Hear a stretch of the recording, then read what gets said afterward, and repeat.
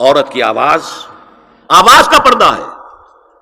اب دیکھیے کس حد تک نماز میں اس وقت عورتیں بھی شریک ہوتی تھی، اگرچہ حضور نے فرمایا مردوں کی صف بہترین سب سے آگے والی ہے اور سب سے بری صف سب سے پیچھے ہے، کیونکہ اس کے پیچھے پھر عورتوں کی صف ہوتی تھی، اور عورتوں کے لیے سب سے اچھی صف سب سے پچھلی والی ہے اور سب سے بری سب سے آگے والی ہے.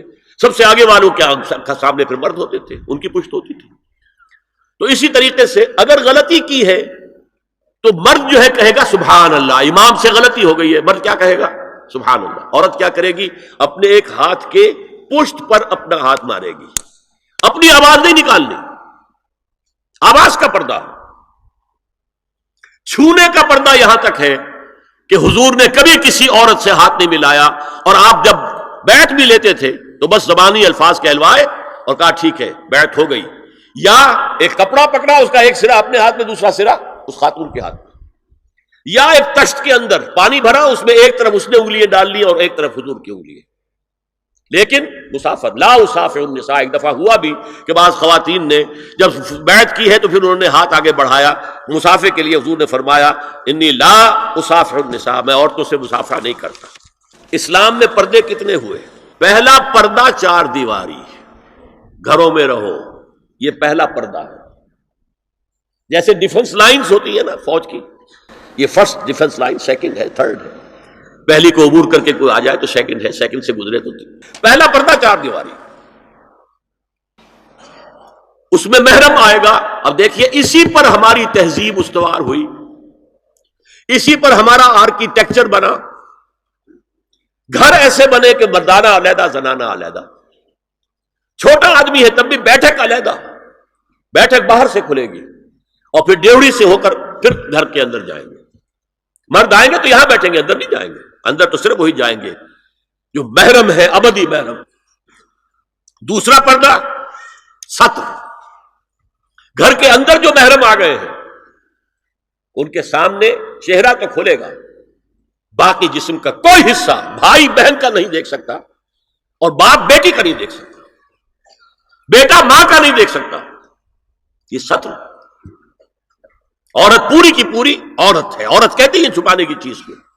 عورات النساء، عورتوں کی چھپی ہوئی چیزیں جن پر ظاہر نہیں ہوئی. لم یظہروا علی عورات النساء، ابھی تک ہم نے لفظ پڑھایا ابھی. تیسرا پردہ ہے چہرے کا پردہ. یہ ہے غیر محرموں سے، اور جب کہ گھر سے باہر نکلنا ہو اس کے لیے سورہ احزاب میں نے کہا تھا گھر سے باہر کا پردہ. چہرے کا پردہ وہ غیر محرموں سے ہے، اور گھر سے باہر نکلے گی تو غیر محرم سامنے آئیں گے. یا ایھا النبی قل لازواجک وبناتک ونساء المؤمنین یدنین علیہن من جلابیبہن ذلک ادنی ان یعرفن فلا یؤذین وکان اللہ غفورا رحیما. اے نبی صلی اللہ علیہ وسلم کہہ دیجئے اپنی بیٹیوں سے اور اپنی بیویوں سے اور مسلمانوں کی خواتین سے. اب دیکھیے یہ سورہ احزاب ہی میں ہو رہا ہے. شروع میں یا نساء نبی سے بات چلی، استیزان بھی صرف نبی کے گھر میں داخل نہ ہو اذن کے بغیر. آگے چل کر سورہ احزاب ہی میں عام بھی کر دیا. قل لازواجک وبناتک ونساء المؤمنین، کہہ دیجئے اپنی بیویوں سے، اپنی بیٹیوں سے اور اہل ایمان کی خواتین سے، یدنین علیہن من جلابیبہن، کہ وہ اپنے چہروں کے اوپر اپنی جلباب کو لٹکا لیا کریں، چہرہ چھپ جائے. اب اس کی تفسیر میں چاہتا ہوں کہ آپ کو جو مختلف مفسرین نے کی ہے وہ آپ کے سامنے میں رکھوں. حضرت عبداللہ ابن عباس نے اس آیت کی جو وضاحت فرمائی ہے اسے حافظ ابن کثیر نے اپنی تفسیر میں اس طرح نقل کیا ہے. اللہ نے مسلمان عورتوں کو حکم دیا ہے کہ جب وہ کسی کام کے لیے گھروں سے نکلیں تو اپنی چادروں کے پلو اوپر سے ڈال کر اپنا منہ چھپا لیں اور صرف ایک آنکھ کھلی رکھیں. دونوں آنکھیں بھی غلط ہیں. ہمارے ہاں برقع کیوں بنا تھا؟ دیکھیے چادر میں عورت لپٹی ہوگی، اس کا ہاتھ جو ہے اس چادر کو سنبھالنے میں آکوپائی ہو جائے گا. برقع ضرورت کی ایجاد ہے جو ہوا ہے، اور اس کے آگے آپ کو معلوم ہے پچھلے برقعوں میں جالیاں لگی ہوتی تھی کہ نگاہوں سے بھی براہ راست سامنا نہ ہو.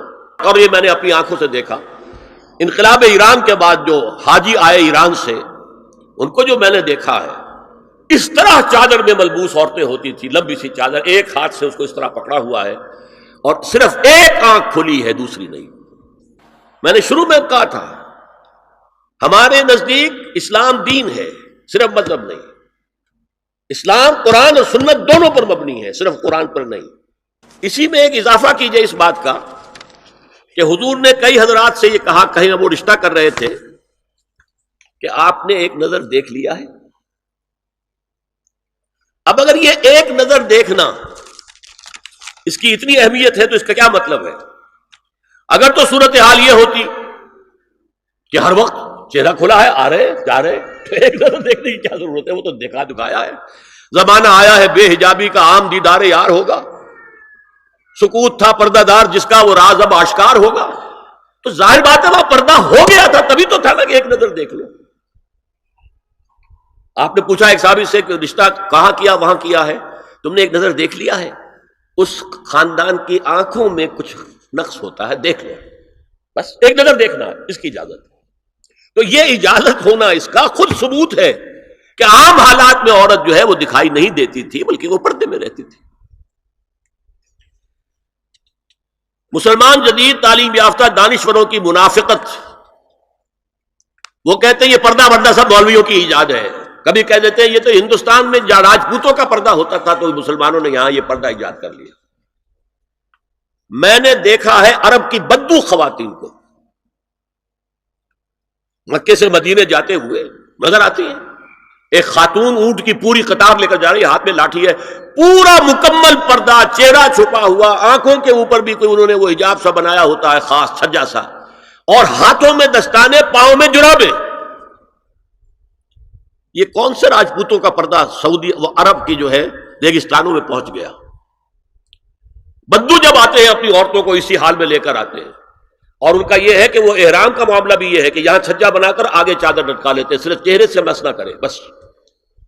اور وہ پھر اپنی خواتین کو جب طواف کراتے ہیں تو ان کے گرد گھیرا ڈال لیتے ہاتھ سے ہاتھ پکڑ کر، تاکہ کسی اور کے ساتھ ان کا نہ کندھا لگے اور نہ کوئی اور جسم کا حصہ بس. یہ پردہ وہاں کہاں سے آ گیا؟ سر سید کا واقعہ تو میں آپ کو بتا چکا ہوں. اب ذرا علامہ اقبال، میں منافقت اس لیے کہہ رہا ہوں کہ ایک طرف ہمارا جدید دانشور طبقہ، مولوی ملاٹے دیوبندی ہوں، فلاں ہوں، یہ ہوں وہ ہوں، یہ دقیانوسی ہے. اصل میں تو سر سید احمد خان اور پھر علامہ اقبال. علامہ اقبال کا حال کیا ہے وہ سن لیجئے آپ. انگریز سرکار لارڈ ولنگٹن کے زمانے میں علامہ اقبال کو اپنا گورنر بنا کر جنوبی افریقہ بھیجنا چاہتے تھی. من جملہ دیگر شرائط کے ایک شرط یہ بھی تھی کہ تمام سرکاری تقریبات میں بیگم اقبال ان کے ہمراہ ہوں گی. علامہ اقبال نے یہ کہہ کر اس پیشکش کو ٹھکرا دیا، بے شک میں گناہگار مسلمان ہوں اور اعمال کے اعتبار سے مجھ سے بہت سی کوتاہیاں سرزد ہوتی ہیں، تاہم میں اتنا بے غیرت نہیں ہوں کہ محض ایک سرکاری عہدے کی خاطر اپنی بیوی کو بے پردہ کر دوں.